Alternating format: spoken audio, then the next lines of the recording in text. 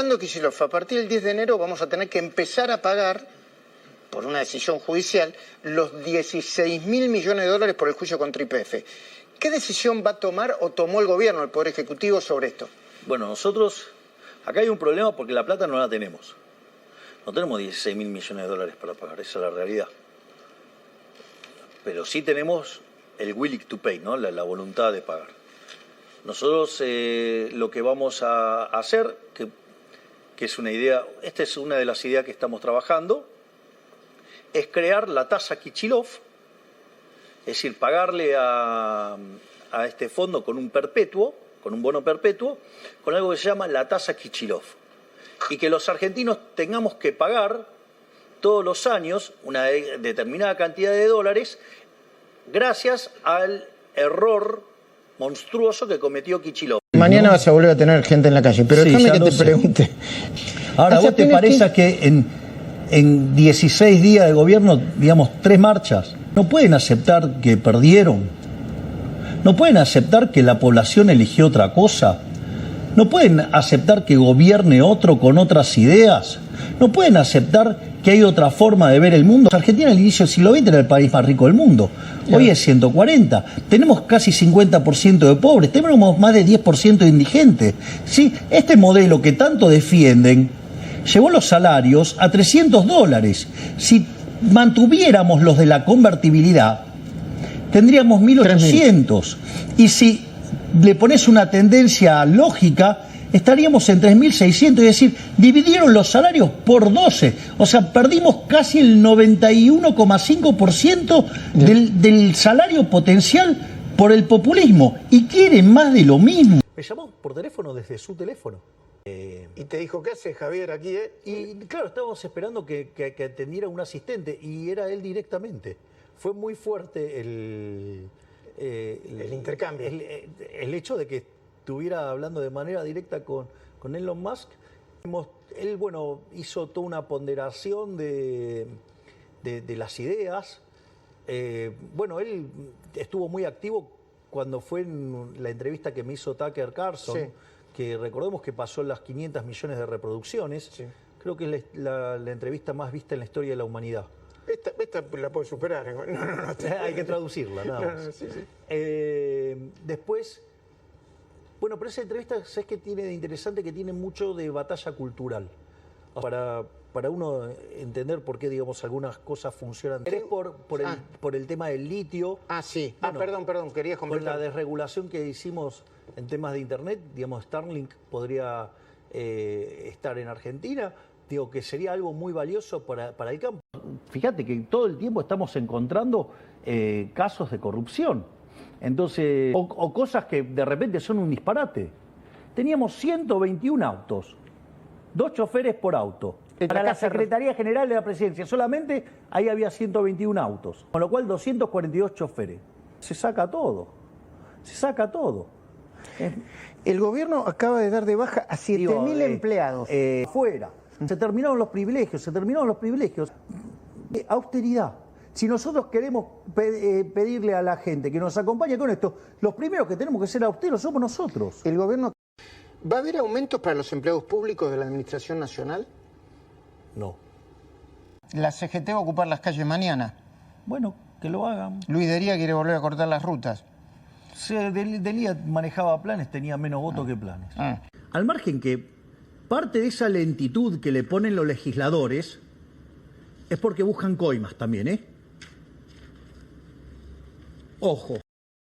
En un reportaje que brindó esta mañana, hace minutos, el presidente Javier Milei se refirió nuevamente a una cifra de cantidad de años que habría que esperar para que se pueda ver una claridad en el horizonte de los argentinos. ¿Cómo vería que el próximo gobierno que asuma tire todo por la borda que hizo el gobierno de Javier Milei a través de un DNU y vuelva a implantar lo que actualmente tenemos y conocemos los argentinos que tanto tiempo nos costó conseguir? Gracias. Perdóname, ¿qué vendría a ser lo que tanto tiempo les costó conseguir? En materia de derechos laborales o de conquistas o de no me acuerdo la definición exacta que utilizaste, la verdad es que con un 45% de informalidad y con salarios miserables no no generando empleo hace 10 años y, te repito, con salarios que en promedio rondan los $300. No entiendo cuál es el derecho supuesto que estás defendiendo. Digo, defender salarios miserables, defender informalidad, defender la dificultad para conseguir empleo de calidad.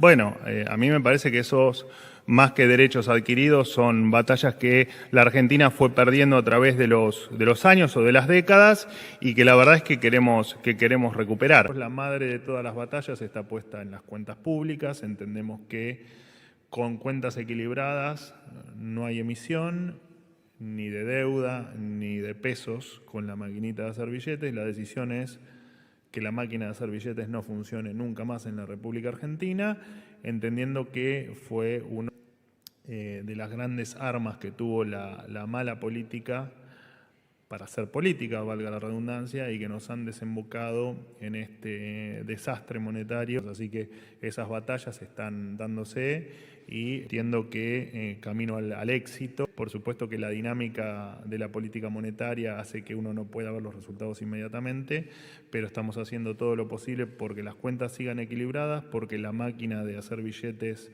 no funcione nunca más en la República Argentina y porque efectivamente el problema de la inflación en algún momento sea un problema del pasado en la República Argentina. Bullrich, se han eliminado todos los intermediarios de los seguros de todo el ministerio. Esto parece tal vez una trivialidad, pero esto implica un ahorro de unos 500 millones de pesos. También se eliminó el 90% de los celulares, estimando un ahorro en 60 millones de pesos. También se han racionalizado insumos, por ejemplo el café o algunas otras cuestiones en las que se van a ahorrar casi 10 millones y medio de pesos. El Ministerio de Seguridad todavía tenía contratado diario papel, en el siglo XXI, la verdad es que ya sin demasiado sentido, en lo que se gastaba 2 millones y medio de pesos por año, y además se procedió a reducir el servicio de fotocopiadoras, que también parece una trivialidad, pero va a tener un ahorro en torno a los 18 millones de pesos. El Ministerio de Seguridad tiene una flota de vehículos de 179, se van a dar de baja 45 vehículos, cerca de un 25% de la flota, ahorrando un gasto anual de 45 millones de pesos adicionales. En los últimos... Decías que tenían claro hacia dónde se iba si no salía la ley, más allá de las apreciaciones personales que se pueden hacer sobre la ley. Quiero saber hacia dónde se va si no sale la ley. No vas a salir de esta pobreza, no vas a tener inversiones, no vas a estabilizar las variables que necesitas estabilizar, no vas a poder salir de la encerrona del cepo, no vas a poder salir de la encerrona inflacionaria y no vas a poder salir de este aislamiento que tenemos con el mundo. Digamos, si la decisión es seguir en esta decadencia, que por supuesto cuando estás en decadencia y no haces nada, cada vez la profundizas más, bueno, será una decisión. Y nosotros creemos que va a primar el sentido común, que va a primar la lógica y que lo que van a acompañar va a ser terminar con esta decadencia y empezar a salir de una Argentina decadente. Entonces nosotros sabemos cuál es el camino para salir de esto y parte de ese camino, por supuesto, incorpora a otro de los poderes, que es el poder legislativo. Hasta el cansancio voy a repetir y vamos a repetir como gobierno que nuestra parte la estamos cumpliendo tal como nos pidió la gente. Para salir de esto necesitamos que el Poder Legislativo haga su parte. Y la parte es precisamente la ley bases, que es la que enviamos al Congreso y que es la que estamos proponiendo. ¿Cómo es el ministerio que usted heredó? Es increíble. Yo me he convertido en un administrador. No puedo avanzar en mis ideas y mis proyectos de leyes y orden y persecución, por cierto. Porque tengo una empresa actualmente, llamémosla empresa, en un ministerio de 5.500 empleados, con muchísimos organismos en el interior. ¿Se necesita eso? No. Acá, por supuesto que se va a respetar la ley laboral y no se va a echar a nadie que no corresponda. Sí vamos a suprimir los que no trabajan, sí vamos a controlar el trabajo efectivo, vamos a sí anular un montón de organismos que no funcionan, vamos a mejorar el INADI, lo vamos a hacer efectivo, real. El Estado está pobre, el Estado no tiene plata, el Estado está haciendo un esfuerzo enorme. Vamos a tratar de ordenarlo y efectivizarlo. El señor que pone una agencia de turista y te invita a escalar y no tiene condiciones de seguridad mínimas. ¿Te puedo dar un ejemplo? ¿Cuál es el contrato más riesgoso que firmás en tu vida? El matrimonio. Recontra más peligroso que ir a hacer una caminata con un flaco en Calamuchita. Nosotros hacemos un culto de que el Estado no tiene absolutamente nada que hacer inmiscuyéndose en con quién te casás. Porque nosotros podríamos decir, mira, el matrimonio es un contrato muy riesgoso, ¿por qué no hacemos un registro de novias y novias? ¿Y por qué no después hacemos una carrera de productores de matrimonios? Y si después te casas te voy a dar un contrato escrito por un burócrata que te va a decir quién lava los platos, bueno, las otras menudencias que tenemos en el matrimonio. Lo que te quiero decir es que tenemos que entender que parte de la vida es la libertad de elegir. Y confiar en la adultez de las personas para elegir y designar sus vidas. Yo digo que Argentina es un país que el problema que tiene es que es un país demasiado estable.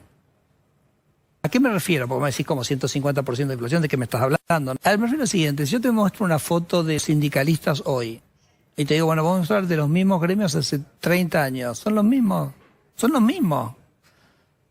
Hay una famosa entrevista al chef de Olivos cuando se va después de 30 años de servicio y dijo, acá los presidentes cambiaban todo el tiempo, pero los que venían a cenar eran siempre los mismos. Y si yo te muestro una foto de los empresarios de Argentina hoy, y los empresarios de Argentina hace 20 años o hace 30 años, son los mismos. Todos varones además, pero dejémoslo eso como un detalle al lado. Entonces yo digo que Argentina es un país con políticas de Estado muy potentes, y esas políticas de Estado que son horrorosas porque es este establishment apropiando recursos del resto de la sociedad, que yo lo llamo establishment o status quo, Javier lo llama el modelo de la casta, ¿no? El modelo empobrecedor de la casta. Ese es un sistema muy estable. Sí. Es el objetivo del Día Ciudadano. Plantar las ideas de la libertad en un foro que está contaminado de la Agenda Socialista 2030 y que lo único que va a traer es miseria al mundo. ¿Cuál es qué va a basarse en la exposición del día viernes? ¿Cuál es el objetivo? Que la libertad es la llave de la prosperidad.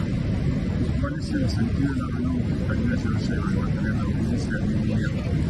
Seguir hablando y dejándole bien claro de la convicción que tenemos en este cambio de rumbo que ha marcado el nuevo gobierno. Muchas gracias. Aquellos que supuestamente deben defender los valores de Occidente se encuentran cooptados por una visión del mundo que inexorablemente conduce al socialismo y en consecuencia a la pobreza. Lamentablemente, en las últimas décadas, motivados por algunos deseos bien pensantes de querer ayudar al prójimo y otros por el deseo de pertenecer a una casta privilegiada, los principales líderes del mundo occidental han abandonado el modelo de la libertad por distintas versiones de lo que llamamos colectivismo. Nosotros estamos acá para decirles que los experimentos colectivistas nunca son la solución a los problemas que aquejan a los ciudadanos del mundo, sino que por el contrario son su causa. Créanme, nadie mejor que nosotros los argentinos para dar testimonios de estas dos cuestiones. Cuando adoptamos el modelo de la libertad, allá por el año 1860, en 35 años nos convertimos en la primer potencia mundial, mientras que cuando abrazamos el colectivismo, a lo largo de los últimos 100 años, vimos como nuestros ciudadanos comenzaron a empobrecerse sistemáticamente hasta caer en el puesto número 140 del mundo. El capitalismo de libre empresa como sistema económico es la única herramienta que tenemos para terminar con el hambre, la pobreza y la indigencia a lo largo y a lo ancho de todo el planeta. La evidencia empírica es incuestionable. Por eso, como no cabe duda de que el capitalismo de libre mercado es superior en términos productivos, la doxa de izquierda ha atacado al capitalismo por sus cuestiones de moralidad, por ser, según ellos, dicen sus detractores, que es injusto. Dicen que el capitalismo es malo porque es individualista y que el colectivismo es bueno porque es altruista, con la ajena. Y en consecuencia bregan por la justicia social. Pero este concepto que en el primer mundo se ha puesto de moda en la última época, en mi país es una constante del discurso político desde hace más de 80 años. El problema es que la justicia social no es justa, sino que tampoco aporta al bienestar general. Muy por el contrario, es una idea intrínsecamente injusta, porque es violenta, Es injusta porque el Estado se financia a través de impuestos y los impuestos se cobran de manera coactiva. ¿O acaso alguno de nosotros puede decir que paga los impuestos de manera voluntaria? Lo cual significa que el Estado se financia a través de la coacción y que a mayor carga impositiva, mayor es la coacción, menor es la libertad. El capitalista, el empresario exitoso, es un benefactor social que, lejos de apropiarse de la riqueza ajena, contribuye al bienestar general. En definitiva, un empresario exitoso es un héroe. Este es el modelo que nosotros estamos proponiendo para la Argentina del futuro. Un modelo basado en los principios fundamentales del libertarismo, la defensa de la vida, de la libertad y de la propiedad. Ahora bien, si el capitalismo de libre empresa y la libertad económica han sido herramientas extraordinarias para terminar con la pobreza en el mundo, y nos encontramos hoy en el mejor momento de la historia de la humanidad, vale la pena preguntarse por qué digo entonces que Occidente está en peligro. Digo que Occidente está en peligro justamente porque en aquellos países que deberíamos defender los valores del libre mercado, la propiedad privada y las demás instituciones del libertarismo, sectores del establishment político y económico, algunos por errores en su marco teórico y otros por ambición de poder, están socavando los fundamentos del libertarismo, abriéndole las puertas al socialismo y condenándonos potencialmente a la pobreza, a la miseria y el estancamiento. Porque nunca debe olvidarse que el socialismo es siempre y en todo lugar un fenómeno empobrecedor, que fracasó en todos los países que se intentó. Fue un fracaso en lo económico, fue un fracaso en lo social, fue un fracaso en lo cultural y además asesinó a más de 100 millones de seres humanos. El problema esencial de Occidente hoy es que no solo debemos enfrentarnos a quienes, aún luego de la caída del muro y la evidencia empírica abrumadora, siguen bregando por el socialismo empobrecedor, sino también a nuestros propios líderes, pensadores y académicos que, amparados en un marco teórico equivocado, socavan los fundamentos del sistema que nos ha dado la mayor expansión de riqueza y prosperidad de nuestra historia. Dado el estrepitoso fracaso de los modelos colectivistas y los innegables avances del mundo libre, los socialistas se vieron forzados a cambiar su agenda. Dejaron atrás la lucha de clases basada en el sistema económico para reemplazarla por otros supuestos conflictos sociales igual de nocivos para la vida en comunidad y para el crecimiento económico. La primera de estas nuevas batallas fue la pelea ridícula y antinatural entre el hombre y la mujer. El libertarismo ya establece la igualdad entre los sexos. La piedra fundacional de nuestro credo dice que todos los hombres somos creados iguales, que todos tenemos los mismos derechos inalienables otorgados por el Creador, entre los que se encuentran la vida, la libertad y la propiedad. Lo único que devino esta agenda del feminismo radical es en mayor intervención del Estado para entorpecer el proceso económico, darle trabajo a burócratas que no le aportaron nada a la sociedad, sea en formato de ministerios de la mujer o organismos internacionales dedicados a promover esta agenda. Otro de los conflictos que los socialistas plantean es del hombre contra la naturaleza. Sostienen que los seres humanos dañamos el planeta y que debe ser protegido a toda costa, incluso llegando a abogar por mecanismos de control poblacional o en la agenda sangrienta del aborto. Lamentablemente, estas ideas nocivas han pregnado fuertemente en nuestra sociedad. Los neomarxistas han sabido cooptar el sentido común de Occidente. Lograron esto gracias a la apropiación de los medios de comunicación, de la cultura, de las universidades y sí, también de los organismos internacionales.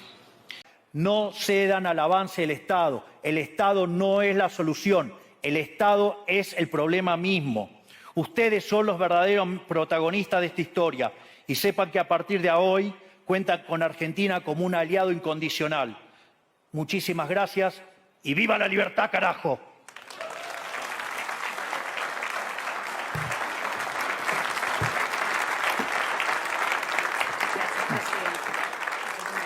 Gracias.